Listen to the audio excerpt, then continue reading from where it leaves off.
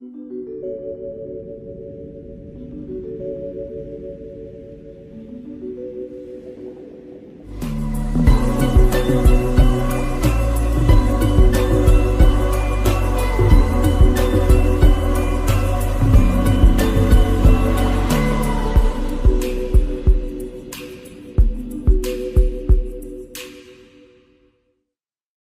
guys, it's Andrew. Welcome to another video, and I am so excited for this week's Apple event, which is happening tomorrow. So, you know what, let's get down to all the things that are coming out tomorrow, and I'll show you what I'm excited for. Starting off with what I'm excited for, you already know that September is when Apple releases new iPhones, and this year won't be any different. There's going to be a new iPhone XS that's coming out, but I am more excited for its bigger sibling, the iPhone XS Max. Now, there are many names that have been floating around this rumor thing, and Max is what's been the most recent.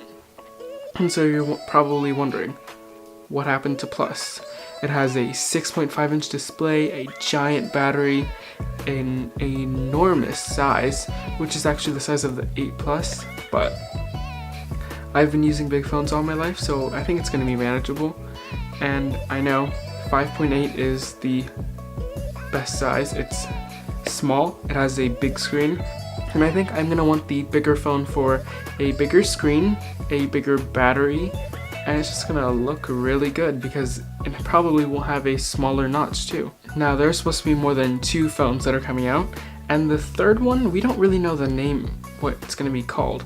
I'm just going to call it the iPhone 9, but there's some rumors like the XSE, the XC, the SE2, the XR, but I think the most recent one is the XR, which actually came out yesterday from Minchi Ko, who claimed that it was going to be XR because R comes before S, and the 6.1-inch budget end phone is going to have an LCD display because of its 6.1-inch design. It's going to be in between the 5.8-inch iPhone XS and the bigger one, the XS Max, which is 6.5-inch. So 6.1-inch is right in between, but it's going to have some features that are going to be removed to save money and make it a budget-friendly model. And number 1 is it's not going to have Touch ID. Number 2, it's not going to have a dual camera setup, so it'll be just one camera like on the iPhone 8, but it might be bigger. And the third one is there's obviously no Touch ID, even though it's a budget end model. It's going to have Face ID. And the fourth thing, which isn't really a bad thing, it's actually cheaper. It's going to be from $699 to $799.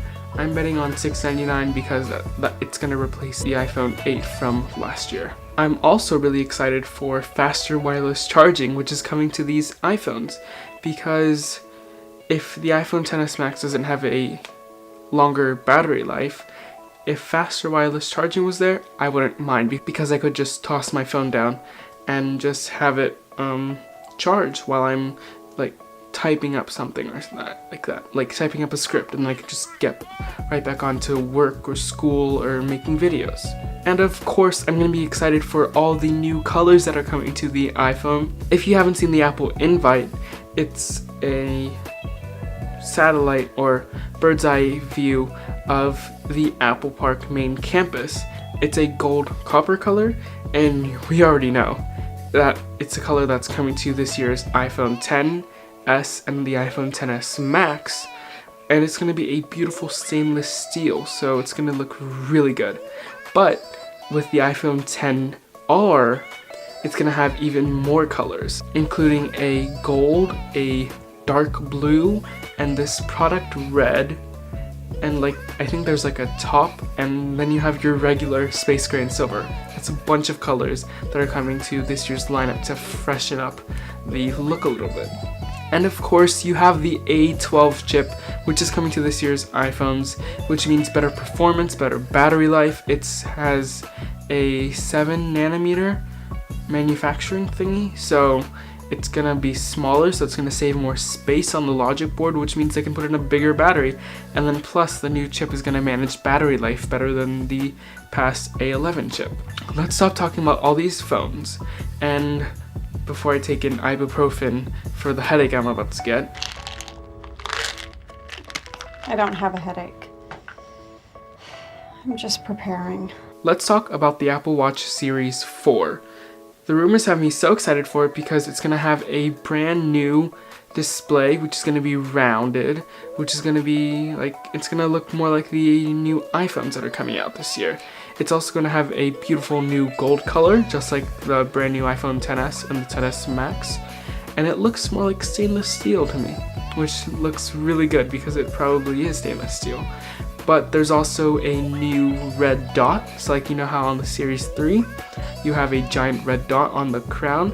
Now it's just reduced to a red line, so it's going to look cleaner and better. Then you also have a new update, which is the power button on the side is now going to be a haptic button, just like on the iPhone 8's home button.